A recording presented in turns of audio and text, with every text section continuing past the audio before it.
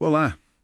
Olha, hoje a gente vai mergulhar num assunto ah, bem delicado, né? A relação de escritores famosos, editoras grandes e até da Academia Brasileira de Letras, a ABL, com a ditadura militar de 64.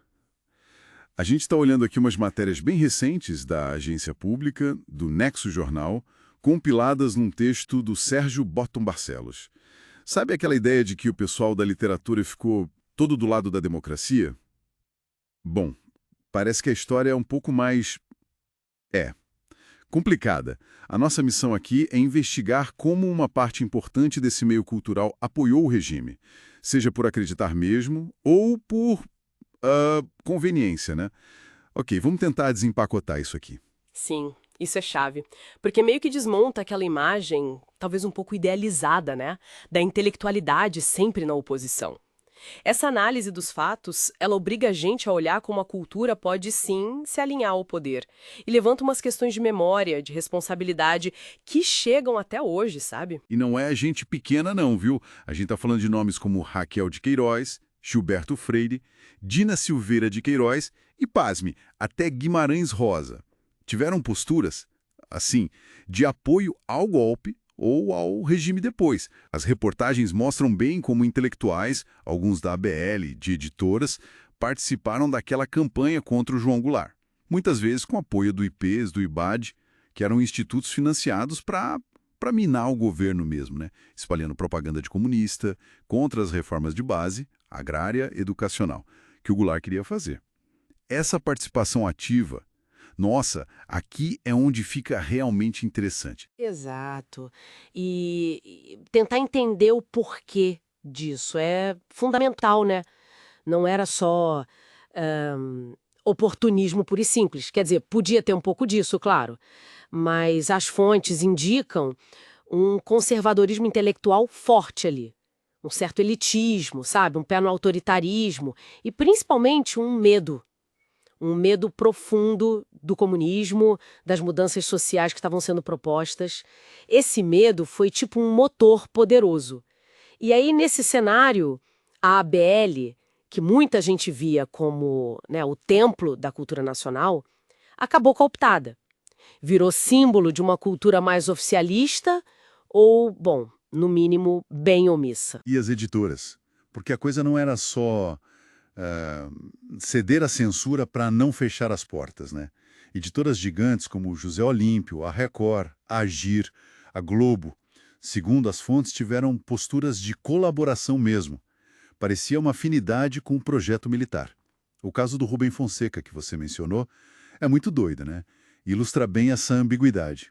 Ele foi diretor da Civilização Brasileira, que a gente associa à resistência em certos momentos, mas ao mesmo tempo ele era funcionário do IPES e parece que escreveu textos anônimos pró-golpe.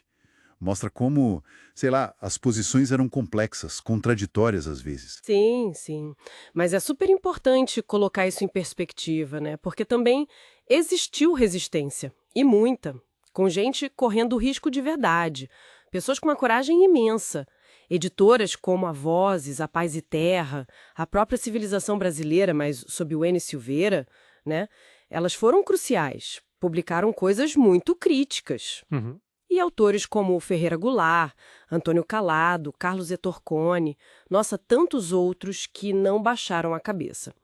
Então, se conectarmos isso ao quadro geral, fica claro essa dualidade. A cultura pode servir ao poder, sim, mas ela também tem uma força enorme para contestar. Depende das escolhas, né? Individuais, coletivas. Exato, e toda essa complexidade faz a gente ter que repensar um pouco como a história da literatura brasileira é contada, né? Não é para cancelar ninguém, acho que não é esse o ponto, mas é para entender a trajetória, a obra de um jeito mais completo, talvez. Reconhecer o brilho literário, claro, mas também as omissões, os alinhamentos. Isso muda como a gente lê esses autores hoje, não acha? Pede um olhar mais atento para o contexto todo. Com certeza. A ideia central que fica é essa. O apoio de uma parte importante do mundo literário e editorial à ditadura não foi exceção. Foi algo relevante. E foi movido por uma mistura de ideologia conservadora e pragmatismo também. Isso força, sim, uma revisão da nossa memória cultural, não tem jeito.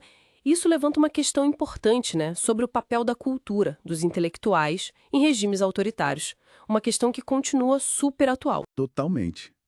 A conexão com hoje é, é direta.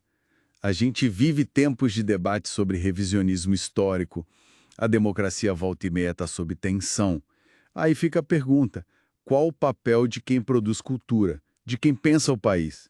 Será que o silêncio, ou aquela busca por uma suposta neutralidade, será que isso não acaba sendo uma forma de consentir? De repetir, talvez, alguns padrões do passado? Pois é. E para fechar, acho que fica uma reflexão, quase uma provocação, vinda dessas fontes todas, literatura, arte. Elas nunca são neutras. Não existe isso. Elas carregam visões de mundo, carregam projetos, intenções. E com isso vem uma responsabilidade histórica. Não adianta só ter talento ou ter uma posição de destaque, sabe? É preciso escolher a que causa servir. Porque no fim das contas, como foi sugerido ali, a palavra escrita pode tanto matar quanto salvar. A questão é, a serviço de que ela está sendo usada?